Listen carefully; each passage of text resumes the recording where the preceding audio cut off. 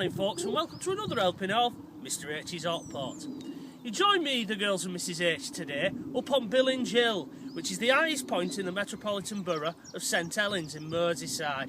And we've come today to have a look at this structure here behind me, which some know it as Billinge Beacon, but it's really Billinge Tower. Now, it was built in 1788 for the Banks family as a summer house or belvedere for the family, and they resided over in Winstanley Hall, and they would use it, the gentry, to go in there. So we'll take a closer look at it now.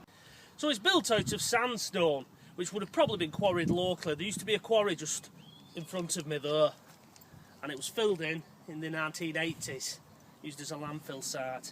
And a little side note, apparently it still produces methane gas, enough to power 1,000 homes apparently. But that's not what we've come to talk about. We've come to talk about this structure, haven't we? Now, it didn't always have a flat roof. It used to have a pointed roof and a chimney in the middle, or a pitched roof as they're known as. I'll try and stick a photo in now.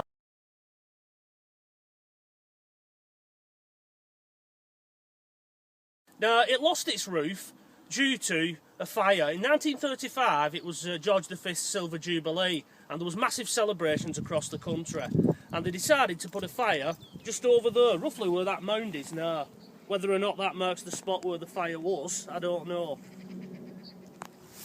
And due to it being so close to the beacon or tower, sparks drifted off it, landed on the roof and burnt the roof off, and they just never replaced it, which is a shame really, because it sort of looks odd, just a box or a block stuck on an hill. Now, as you'll see from the photo, there used to be steps, not these, there was better steps leading out to it, and you can just make out where those steps would have been. They'd have come to about here, and you can just see there where they've been removed. The door would have been recessed in. They'd put these metal plates on, obviously, to stop people entering it, modern day. But it would have looked quite okay in the day. Now, just from that photograph, you could probably make out there was a stone above there with some writing on it. That's been removed and been replaced. Now, what we're going to try and do is we're going to try and have a look on the roof. Now, Mr H isn't going to try and scale up there. You know, them days are over for Mr H, not that he could ever do them anyway. We're going to use the Mr H extender pole Mark II. Now, some of you will probably remember I used the Mark I on Chisnall Hall Colliery. If you've not seen that video, I'll put a link to it up here for you now. But we're going to use the Mark II, and I'm going to show you how the extender pole works. So here's the Mark II. I've made it in section rather than be carrying a big long pole around with me. This is made out of an old mop handle and an old crutch, which kindly donated by my father-in-law. So it assembles as so. See if we get that right. There we go. That bit then goes into this, like so, all clips together. Little grub screw there, just to tighten it up. Selfie stick pops in there, camera goes in there, and you can extend it out even further as such. There is another section to this which I'll put in later, and then away we go. That will then allow me to take a look over there. As I say, I'm a section short. So we'll do that now, and we'll take a look up on the roof.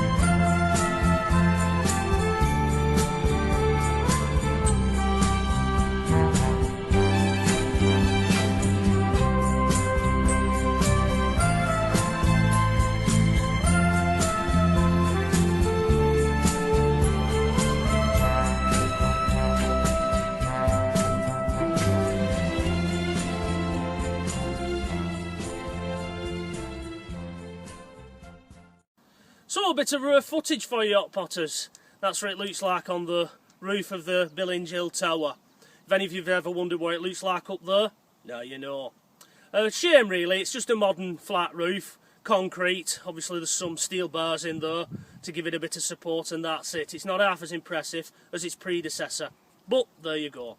Now this whole area, it's a very prominent hill this, and it forms part of a beacon system which would have given early warnings for things like the Spanish Armada. This isn't the actual beacon, as I said, this was a summer house. It would have just been a big bonfire pile type of thing that would have been there. But from here, apparently with a powerful telescope, you can see into 16 counties. I'm not going to try and list them all for you because I can't remember them all offhand. But Lancashire's in there, Yorkshire's in there, Denbighshire I think, Westmoreland over in Cumbria, and all those type of places. I think you can even see as far into Scotland. Is it Kirkbride, just something like that. Now on this tower, there's an Ordnance Survey benchmark here. This isn't a piece of graffiti that's been chiselled in. This has been deliberately put here. And that is the sea level over in Newlyn in Cornwall, apparently. As a builder, I remember this. And there'll be levels, wherever you see this mark, it's the same level across the country, apparently. You know, they would have put their gear on. Whenever you see these people who have, it looks like a camera on a tripod, and you see some guy and he's stood there down the road like this with one of those sticks, that's what they do. They put it on there at that level there, and that's how they get the building levels back in the day. It's all done via satellite and wizardry now, so the Ordnance Survey don't bother about these, because obviously this structure could sink a little bit and that would bugger everybody's settings up, wouldn't it? We're going to take a look around the tower now, because it has a window in each side, although they're all bricked up unfortunately.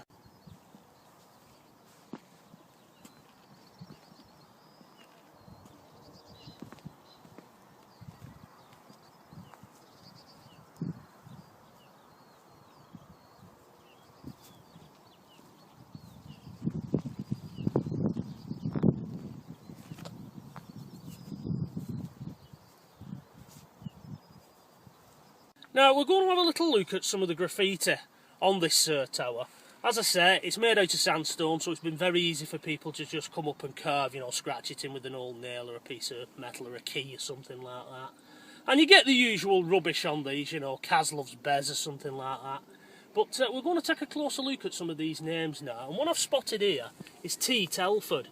And I wonder if that's the famous Thomas Telford, if he actually came up here, carving his name in.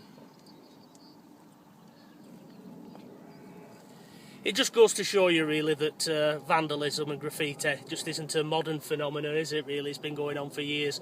Apparently even in the Great Pyramids in Egypt they found some Roman graffiti where people had scratched their names in.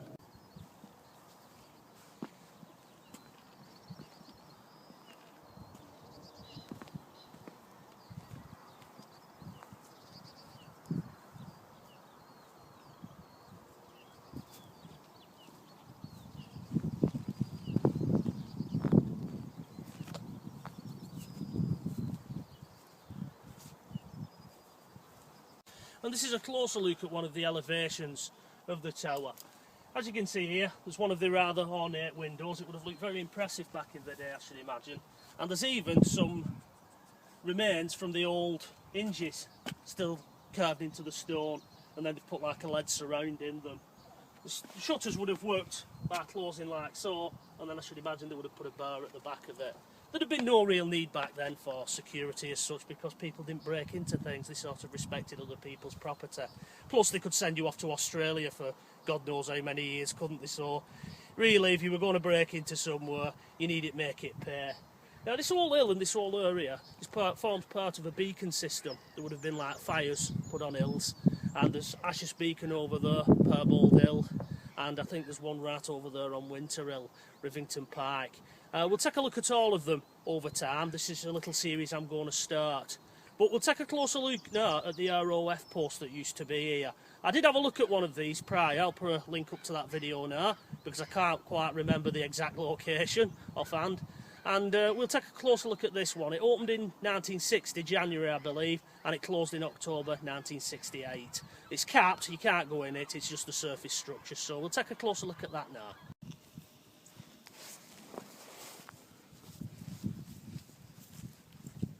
So here we are, this is the Royal Ordnance Post, or the former Royal Ordnance Post. These were built for the sake of the Cold War, The idea being they would have monitored any nuclear fallout should the bomb have been dropped. As we can see, this would have been the access shaft. It has been capped with concrete. I don't quite know what the purpose is of putting that on top of it. But there you go, there's some remains of the steps that would have led up to it here. As I say, filled in. It didn't really have a long life, this one. Only lasting for about 8 years. This is the part that they would have had the instruments down the inside from. It's now blocked, there's all kinds of rubbish in there. Just take a closer look at that if you would, Mrs. H, show them down it. I don't know how solid it's been filled beneath me where we're stood now, but you know, there would have been a thing on top of here and they would have pushed it up from the inside. This here would have been the ventilation shaft. Again, it's filled in, there's nothing here. Just some old posts that's been thrown down there. Now those posts that have been dumped down there, I should imagine, actually was part of the chain link fence that would have been around here. You can just make out the corner posts that have survived. They probably didn't bother digging those up because they're too well dug in. Now the areas I'm stood in at the time, back in the 60s when this post was active, would have belonged to the Ministry of Defence, and as such it would have been classed as a prohibited place, and it would have come under the Official Secrets Act of the 1920s. So if you'd have been caught in here, you would have been prosecuted, because along with railways, apparently, they're the only places and nuclear installations that you can be prosecuted for trespass.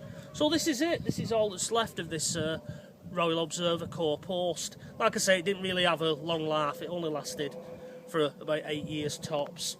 So that's it. That's the ROF post on Billinge Hill.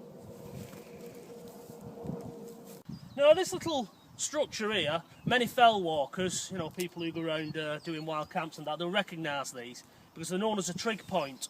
And the idea being, again, it was all to do with the Ordnance Survey. You would have had people going round, and that's how they marked it with the trig points. There would be a contraption on here back in the day. It would have been made from brass, and you know, they would have put a piece of equipment on this. It's long since gone, the piece of equipment that would have gone on here. As you can see, you can just see the shape there, sort of a Y thing. A shame really, it was up here last time we did come and have a look, but it's since gone. I suppose the price of copper and brass, it's made it as people will steal things. At the bottom here, there should still be another benchmark.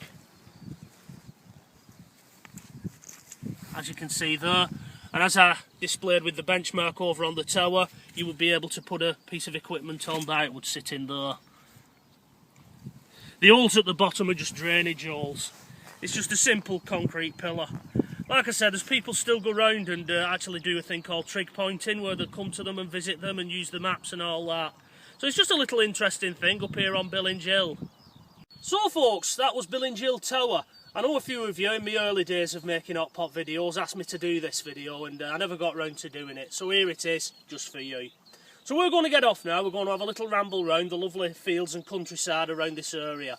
So until the next time, from myself, from Mrs H, it is bye-bye for now. I'll leave you with some lovely closing shots of the countryside. See how many of those counties you can spot.